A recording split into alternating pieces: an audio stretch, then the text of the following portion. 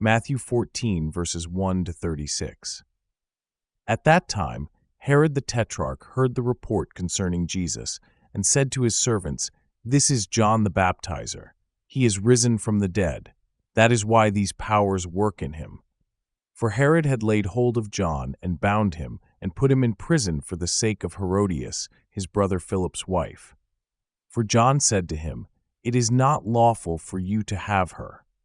When he would have put him to death, he feared the multitude, because they counted him as a prophet.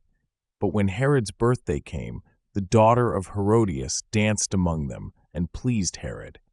Whereupon he promised with an oath to give her whatever she should ask.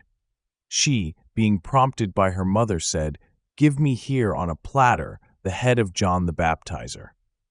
The king was grieved, but for the sake of his oaths and of those who sat at the table with him, he commanded it to be given, and he sent and beheaded John in the prison.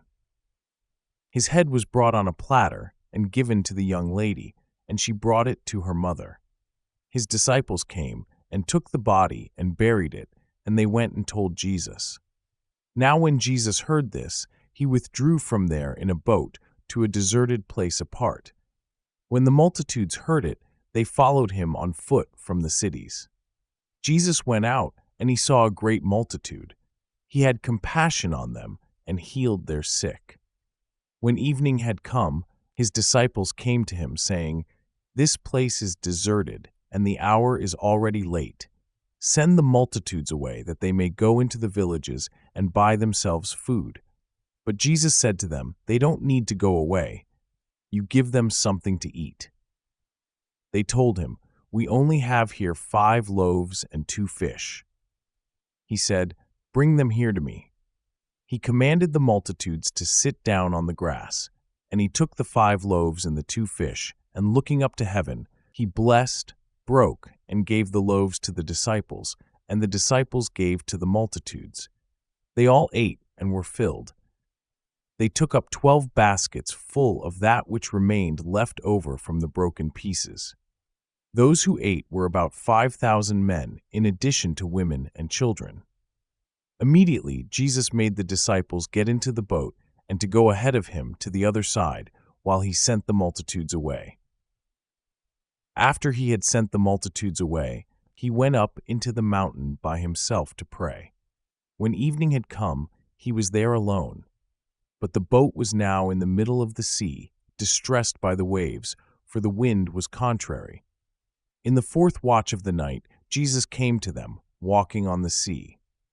When the disciples saw him walking on the sea, they were troubled, saying, "It's a ghost!" and they cried out for fear. But immediately Jesus spoke to them, saying, "Cheer up, it is I, don't be afraid." Peter answered him and said, "Lord, if it is you, command me to come to you on the waters." He said, "Come." Peter stepped down from the boat and walked on the waters to come to Jesus.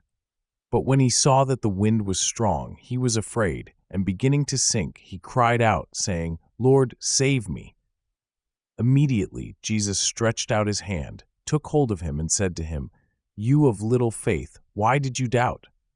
When they got up into the boat, the wind ceased. Those who were in the boat came and worshipped him, saying, "You are truly the Son of God." When they had crossed over, they came to the land of Gennesaret. When the people of that place recognized him, they sent into all that surrounding region and brought to him all who were sick, and they begged him that they might just touch the fringe of his garment. As many as touched it were made whole.